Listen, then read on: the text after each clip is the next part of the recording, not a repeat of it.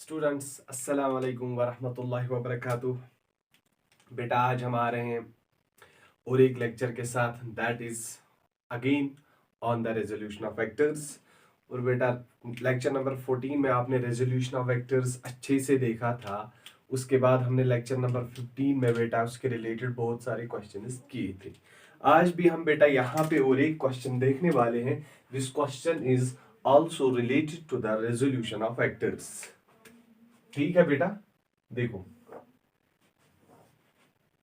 यहां से x axis हम बेटा लेंगे, यहां से वाई एक्सीस, यहां से ईस्ट डायरेक्शन सिंपल, या तो हम ईस्ट डायरेक्शन, यहां से बेटा नॉर्थ, यहां से साउथ, यहां से वेस्ट। अब देखो बेटा यहां पर हम फोर्स अप्लाई कर रहे हैं 5 न्यूटन, यहां से बेटा हम फोर्स अप्लाई कर रहे हैं कितना 4 न्यूटन। बेटा यहां से हम फोर्स अप्लाई कर रहे हैं that is simply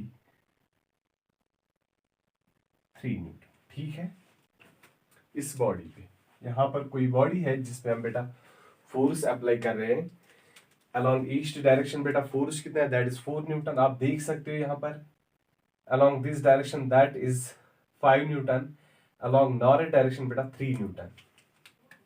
this point ओ। अब देखो बेटा यहां पर क्वेश्चन में क्या बोला गया है, what will be the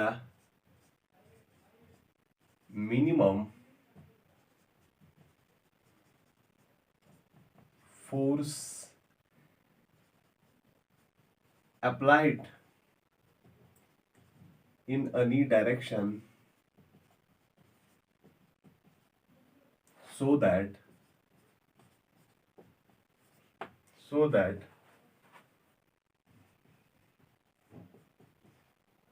resultant force is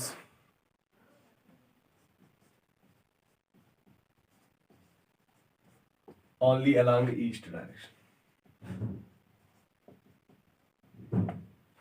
देखो बेटा फिर से इस सिचुएशन को बेटा अच्छे से एनालाइज करो।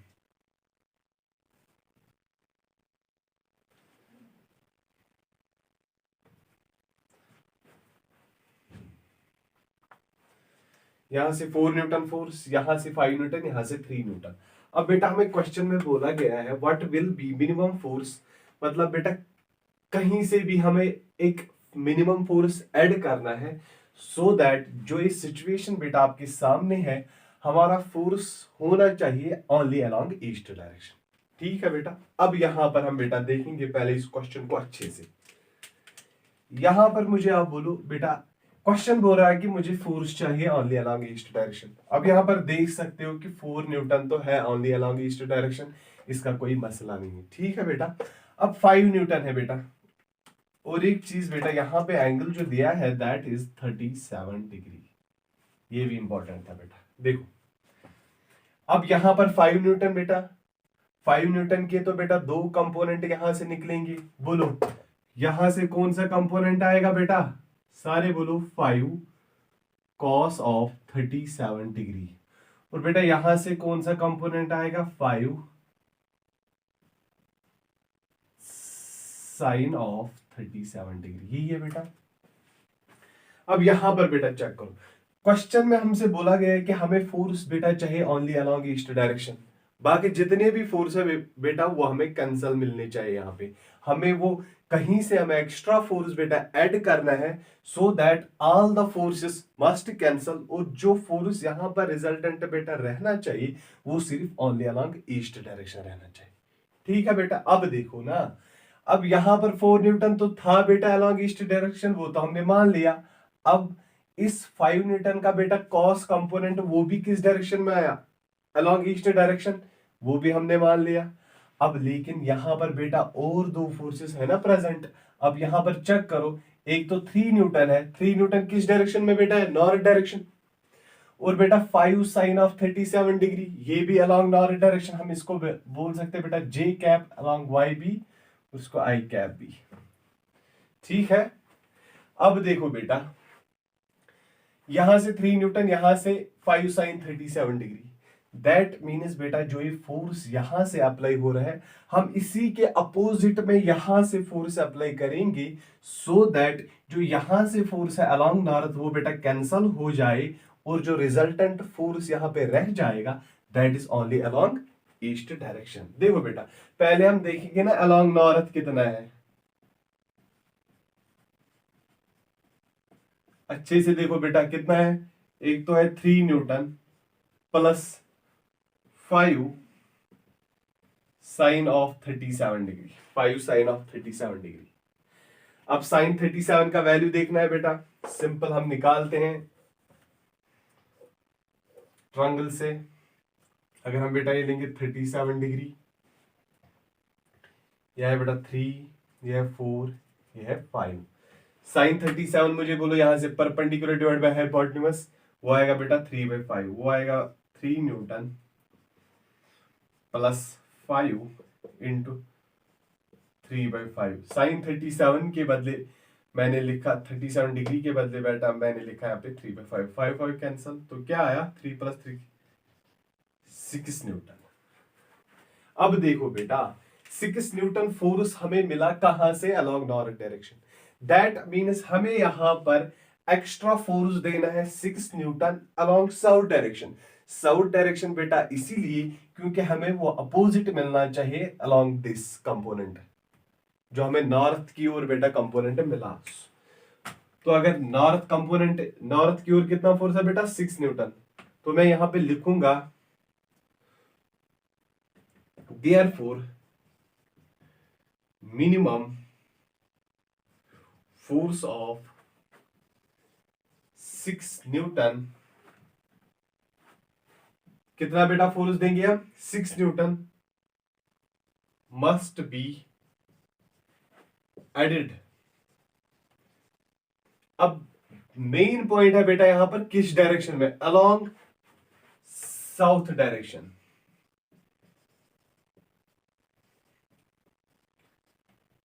Along south direction. अब यहां से बेटा था 6 न्यूटन, अब यहां से हम ऐड करेंगे इसको 6 न्यूटन अलोंग साउथ, 6 और 6 बेटा क्या हो जाएगा कैंसल। अब जो फोर्स बेटा यहां पे रहा that is only 4 newton and 5 cos 37 degree, और ये दोनों कंपोनेंट्स बेटा कहां से है, these two components are along east direction. तो हम बेटा लिखेंगे यहां पे minimum force of 6 newton must be added along south direction, along south direction, and the resultant force and the resultant force will be only along east direction। 6 Newton बेटा हमें along south direction add करना है। Copy करो बेटा, इस important question है बेटा, important इसलिए है, आप यहां पर फिर से देखो कि जो कॉन्सेप्ट मैंने बेटा यहां पे आपको समझाया बहुत जगह पे भी काम आता है बेटा।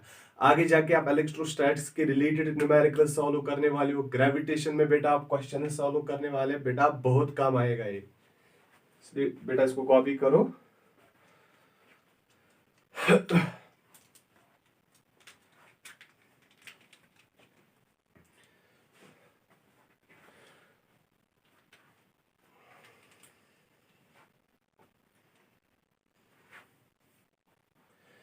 कोई बच्चा मुझे बोल रहा था, कोई स्टूडेंट, कि सर डीपीपी वर्क हमें यहाँ पे करवाइए। मैं बोल रहा हूँ कि बेटा आप पढ़ो, मैं यहाँ पे कंप्लीट करूंगा ये चैप्टर वेक्टर्स, उसके बाद हम करेंगे यहाँ पे। और बाकी स्टूडेंट्स को भी मैं बोल रहा हूँ जो देख रहे हैं वीडियो, वो भी बेटा ऐसे ही रिस्पॉन्ड दे, मुझे भी लगना चाहिए ना कि बेटा आप लोग पढ़ रहे हो। इससे क्या होता है कि इससे मुझे भी एनर्जी मिलेगी, मुझे लगेगा कि बेटा जो मैं यहाँ पे पढ़ा रहा हूँ कोई ना कोई इसका फायदा उठा रहा है। तो प्लीज बेटा ऐसे ही कमेंट्स में लिखो और क्वेश्चंस भी सॉल्व किया करो, मजा आएगा पढ़ने में।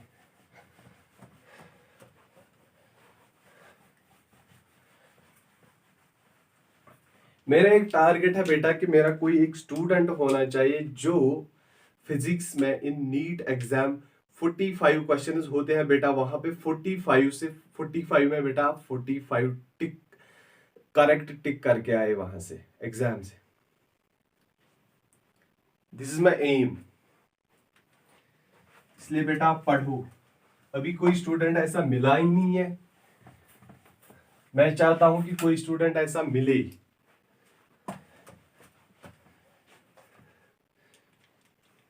आउट फिजिक्स में उसको लाने हैं नीट में।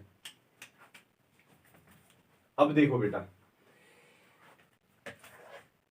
ये क्वेश्चन हमने बेटा यहां पे सॉल्व कर दिया। पिछले लेक्चर में शायद लेक्चर नंबर 13 में बेटा हमने पढ़ा था कि रेजोल्यूशन ऑफ वेक्टर्स, वहीं पर हमने बेटा फिर बोला था कि पोजीशन वेक्टर इन प्लेन। वहां में मैं बेटा भूल गया था। भूल क्या गया था, मैंने कुछ क्वेश्चंस पहले दिखाए थे रिलेटेड रेजोल्यूशन ऑफ वेक्टर। मैं चाहता था कि ये कॉन्सेप्ट बेटा आपके दिमाग में बैठ जाए, ठीक है। अब देखो, अब मैं यहां पर एक टॉपिक ले रहा हूं, सिंपल सा topic, displacement vector in plane. अभी तक आपने देखा था क्या क्या पढ़ाया था मैंने वहां पे, पोजीशन वेक्टर इन प्लेन। अब है बेटा डिस्प्लेसमेंट वेक्टर इन प्लेन। देखो बेटा, यहां से हम बेटा लेंगे एक्स एक्सिस, यहां से लेंगे वाई एक्सिस, यहां से एक पोजीशन वेक्टर, यहां से बेटा दो, दूसरा R2 वेक्टर। पार्टिकल जाएगा from this point two this point, point P1 point P2, यहां से डेल आर वेक्टर बेटा, और ये डेल आर वेक्टर होगा बराबर R2 vector minus R1 vector. क्या है बेटा, that is final vector minus initial. और यहां पर बेटा हम लेंगे इसके कोऑर्डिनेट्स, इस पॉइंट P1 के x1 y1, और P2 के कोऑर्डिनेट्स बेटा आएंगे x2 y2। मोस्ट इंपॉर्टेंट, यहां पर आप बेटा देख सकते हो लिखा क्या मैंने, डिस्प्लेसमेंट वेक्टर इन प्लेन। जब हम देख रहे थे ना बेटा, देखो पोजीशन वेक्टर, अगर मैं आपसे बोलूंगा कि position vector in plane x Y plane लिखो, फिर से रिपीट कर रहा हूं एक्स वाई, मैं क्या करूंगा बेटा, यहां से ड्रा करूंगा, this is the R vector and this is position vector in what, position vector in plane. यहां पर कोऑर्डिनेट्स क्या आएंगे बेटा, एक्स एंड वाई सिंपली। और मैं आर वेक्टर लिखता था बेटा बराबर x i cap plus y j cap, और इसका मैग्नीट्यूड कितना आता था बेटा, x square plus y square. ये सब तो बेटा आपने देखा था लेक्चर नंबर 13 में ही, ठीक है। अच्छे से डिटेल में मैंने ये सब पढ़ाया था वहां पे बेटा। अब देखो, अब लिखना है हमें डिस्प्लेसमेंट वेक्टर इन प्लेन। अब देखो, डिस्प्लेसमेंट वेक्टर कौन सा वेक्टर है बेटा, यहां पर simply this P1 P2 vector है। यहां हमने और एक नाम बेटा इसको दिया यहां पे डेल आर वेक्टर। क्या मैं बेटा लिख सकता हूं, डेल आर वेक्टर आएगा बेटा R2 vector minus R1 vector, final minus initial, del R vector final R2 क्या आएगा बेटा, x2 i cap plus y2 j cap minus x1 i cap plus y1 j cap. जिसने भी सारे lectures देखे हैं बेटा अभी तक, उसके लिए मुझे एक्सप्लेन करने की जरूरत नहीं है बेटा, क्योंकि उसको पता है कि हम क्या लिख रहे हैं यहाँ पे। यहाँ पर कंपोनेंट है बेटा, जहां पर पॉइंट P है, पॉइंट P के दो कोऑर्डिनेट्स है, एक है अलोंग एक्स एक्सिस, दूसरा वाई एक्सिस। x2 क्या है बेटा, सिंपली मैग्नीट्यूड, और आई कैप हमें बताता है बेटा direction. I cap is the unit vector which shows direction along X axis. इसी तरह बेटा y2 क्या है, it is again magnitude, and j cap is the unit vector which shows direction along what, along y axis. ठीक है बेटा। तो देखो क्या आएगा, डेल आर वेक्टर, सर क्या मैं इसको लिख सकता हूं x2 minus x1 i cap, लिख सकते हैं, प्लस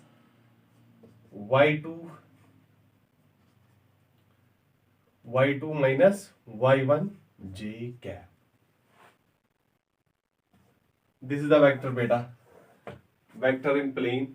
अब इसी का मैग्नीट्यूड भी हम बेटा लिख सकते हैं, डेल आर वेक्टर। तो क्या आएगा, that will be equal x2 minus x1 का whole square plus y2 minus y1 का होल स्क्वायर।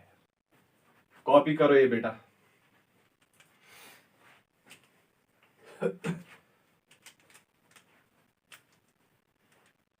ये कॉपी करो, displacement vector in plane, easy था। 1 2 एंड 3 रब करूंगा मैं बेटा, पॉज लगा के इसको कॉपी कर लेना।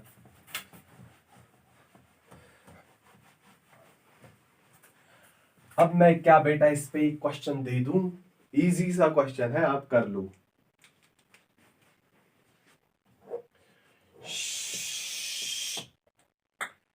दिस 2 3 लेंगे बेटा कोऑर्डिनेट्स, और लेंगे बेटा यहां पे 6 4, यहां से भी वेक्टर, यहां से भी वेक्टर, ठीक है बेटा। दिस पॉइंट ओ, बॉडी जाएगी from point A to point B. अब इसके कोऑर्डिनेट्स बेटा दिए हुए हैं यहाँ पे, दैट इज 2 3 एंड 6 4, यहां से एक्स एक्सिस, वाई एक्सिस। जो यहां पर पार्टिकल बेटा जा रहा है, particle from point A to point B, time interval taken by particle to go from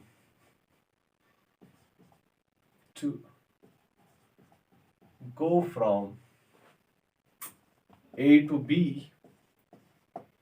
is 2 second. कितना है बेटा? 2 सेकंड दिया है। हमें बताया जा रहा है what is magnitude of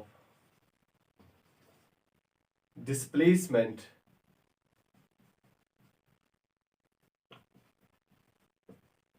अबे इजी क्वेश्चन है, इसमें क्या टेंशन है। देखो टाइम इंटरवल बेटा दिया है कि पार्टिकल जा रहा है from point A to point B, कितना टाइम ले रहा है बेटा? 2 सेकंड्स। हमें बोला गया है यहाँ पे what is magnitude of displacement vector. अब देखो बेटा, हमें मैग्नीट्यूड ऑफ डिस्प्लेसमेंट वेक्टर निकालना है, तो टाइम हो या ना हो कोई फर्क नहीं पड़ेगा। यहाँ पे देखो फिर से मैं बेटा इसको डेल आर वेक्टर बोलूंगा। यहाँ पे डेल आर वेक्टर क्या आएगा? क्या मैं बेटा इसको लिख सकता हूं ऐसे? फिर से जो अभी हमने बेटा फॉर्मूला लिखी ना, वही हम यहाँ पे यूज करेंगे। 6 - 2 का आई कैप, और बेटा प्लस 4 - 3 जे कैप। लेकिन निकालना क्या है बेटा हमें? मैग्नीट्यूड। सर वो आएगा ना इससे बराबर 6 - 2 का होल स्क्वायर प्लस 4 - 3 का whole square. Step by step मैं बेटा यहाँ पे समझा रहा हूं, स्टेप बाय स्टेप, ताकि आप लोग अच्छे से समझो इसको। देखो बेटा मैग्नीट्यूड फिर से क्या आएगा? शाश करो ये सॉल्व। 6 - 2 क्या आएगा सर?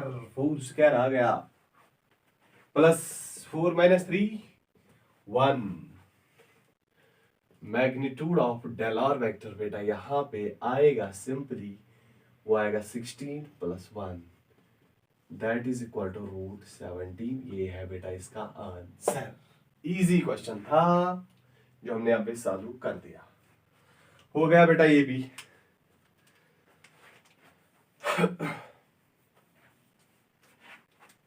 फाइनल मैंने इनिशियल मैंने बेटा किया, फॉर्मूला देखो और करो सॉल्व।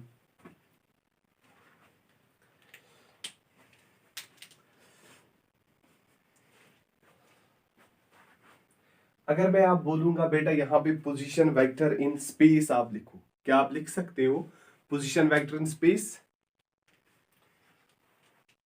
हाँ सर ये कौन सी बड़ी बात है, हम तो लिखेंगे। देखो यहां पर मैं फिर से और एक बात आपको समझाने जा रहा हूं, बहुत अच्छी बात है।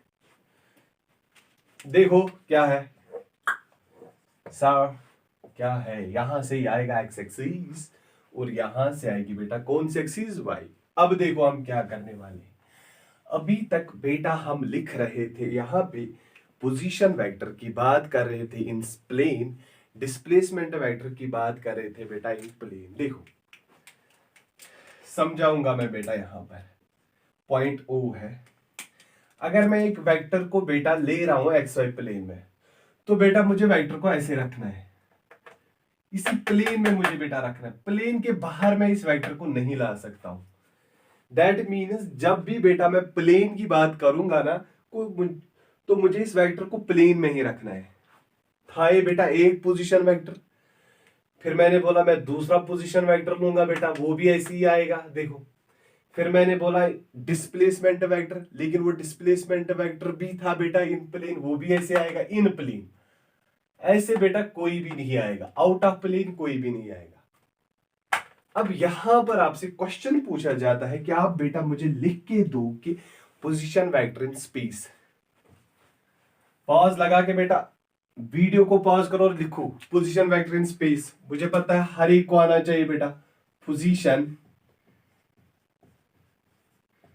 Vector in space. अबे लिखो क्या है position vector in space. Sir जब हम प्लेन की बात कर रहे थे ना, वहां तो प्लेन या तो एक्स वाई प्लेन था या तो वाई जेड या जेड एक्स। अब देखो बेटा क्या है, अब स्पेस की बात हो रही ना, जो ही बेटा स्पेस की बात हो रही है कि यहां से एक्स एक्सिस वाई एक्सिस, यहां से जेड एक्सिस। अब देखो बेटा हमें करना क्या है एक्चुअली। अब इसको मैं यहां से दिखा नहीं सकता आउटसाइड। एक्चुअली ये एक्सिस ऐसे है बेटा, एक्स एक्सिस वाई एक्सिस और यह है बेटा जेड एक्सिस। अब मैंने इसको बेटा ऐसे लिखा, ठीक। अब देखो बेटा वेक्टर कहां पे रखना है, कैसे रखना है वेक्टर को, मुझे बेटा ऐसे रखना है। देखो एक सेकंड, समझो बात को अच्छे से। ये एक्स एक्सिस है बेटा, ये वाई एक्सिस है एंड दिस जेड एक्सिस। अब जब मैं बोल रहा हूं कि पोजीशन वेक्टर इन स्पेस, तो बेटा ऐसे है वेक्टर कहीं पे स्पेस में। अब स्पेस में क्या मसला है कि इसके तीनों कोऑर्डिनेट्स बेटा होंगे। देखो एक्स कोऑर्डिनेट भी बेटा होगा, वाई कोऑर्डिनेट भी होगा और जेड कोऑर्डिनेट भी बेटा होगा। समझ आ रही है बात। देखो प्लेन की बात, तो प्लेन से बाहर वेक्टर नहीं आएगा। देखो अगर मैं बेटा बोलूंगा पोजीशन वेक्टर इन एक्स वाई प्लेन, तो बेटा ऐसे होगा वेक्टर। अगर मैं बेटा बोलूंगा वाई एक्स जेड प्लेन, तो बेटा वेक्टर ऐसे आ जाएगा। अगर मैं बोलूंगा बेटा पोजीशन वेक्टर इन जेड एक्स प्लेन, तो बेटा वेक्टर ऐसे आएगा। ये बात तो सबको क्लियर होगी बेटा। अब लेकिन मैं बात कर रहा हूं किसकी, पोजीशन वेक्टर इन स्पेस। अब स्पेस की बात हो रही है बेटा, तो तीनों कोऑर्डिनेट्स यहां पर इन्वॉल्व होंगे। अब हमें बेटा जेड एक्सिस को भी ले आना है, तो ले आया ना मैं बेटा जेड एक्सिस। अब देखो अब वेक्टर को ऐसे ऐसे और ऐसे नहीं रखना है, वेक्टर को बेटा ऐसे रखना है। अब स्पेस में आएगा, अब इसकी तीनों कोऑर्डिनेट्स है। समझ आ रहा है बेटा। अब मैं इसको ऐसे नहीं दिखा सकता, तो मैंने बेटा जेड एक्सिस को ऐसे लिख दिया। ओ बेटा ये आपको अच्छे से समझ आ गया होगा। तो हम लिखें, हाँ सर लिखेंगे, इसमें क्या है। तो बोलो position vector in space. Sir ये आएगा ना पॉइंट पी, यहां एक्स यहां वाई यहां जेड। सर इसमें तो तीनों कोऑर्डिनेट्स आएंगे, तो लिखो इसको फिर से हम नाम देंगे आर वेक्टर। तो क्या आएगा, आर वेक्टर इज इक्वल, क्या मैं बेटा लिख सकता हूं x i cap plus y j cap plus Z के कैप। क्यों, x cap magnitude along X axis और आई कैप सबको पता है। अब कितनी बार ही बोलूंगा कि I cap is the unit vector which shows direction along X axis. Y magnitude J, j cap is the unit vector which shows direction along what, along y axis z. And what is this k cap, k cap sir, k cap is the unit vector which shows direction along z axis. अब आप यहां पर बोलोगे sir आप इतना repeat क्यों कर रहे हो, ये हमें तो पता है। मैं चाहता हूं कि बेटा यहां पे जितना भी मैं वेक्टर्स पढ़ाऊं ना, ये आप बहुत अच्छे से पढ़ो, बहुत बहुत अच्छे से, क्योंकि मुझे बेटा पता है ना कि आगे बहुत काम आने वाला है, ये बहुत ज्यादा काम आने वाला है, इसलिए इस पे ध्यान दो बेटा। ठीक है लिखा मैंने पोजीशन वेक्टर इन स्पेस। अब इसका मैग्नीट्यूड भी हम निकाल सकते हैं, तो क्या आएगा सर, मैग्नीट्यूड क्या आएगा। अबे मैग्नीट्यूड आप बोल सकते हो, देखो ऐसे लिखेंगे magnitude x square plus y square plus z square, बेटा इसका मैग्नीट्यूड आ जाएगा। This was the position vector in what, position vector in space. Copy करो बेटा इसको अच्छे से।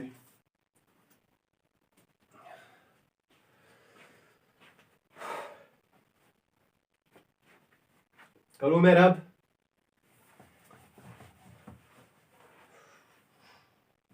क्या था बेटा ये? Position vector in space. क्या मैं बेटा अब डिस्प्लेसमेंट वेक्टर इन स्पेस लिख सकता हूं? हाँ सर लिखो, इसमें क्या है, लिखेंगे। अब आप बोलोगे सर हमें तो समझ आ गया ये, इसमें क्या टेंशन है, कुछ भी लिखो, लिखेंगे। हम लिखेंगे यहां से सर R1 वेक्टर, अब खुद बोलो यहां से R2 वेक्टर, अब यहां से यहां बेटा डिस्प्लेसमेंट वेक्टर, फिर से आएगा बेटा R2 vector minus R1 vector. अब यहां पर बेटा पॉइंट P के कोऑर्डिनेट्स x1 y1 z1, क्योंकि आप बेटा स्पेस की बात हो रही है, P2 x2 y2, सॉरी मुझे z2 भी बेटा लिखना है। यहां पर मैं लिखूंगा दिस इज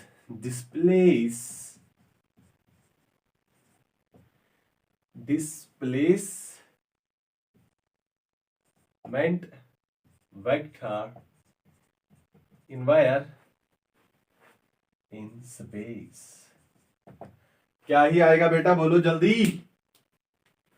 अबे मेरे मार्कर किधर है? अब देखो डिस्प्लेसमेंट वेक्टर इन स्पेस की बात हो रही थी ना बेटा यहाँ पे, तो क्या मैं बेटा लिख सकता हूं यहाँ पर डेल आर वेक्टर आएगा, फिर से R2 vector minus R1 vector. हाँ सर यही तो आएगा।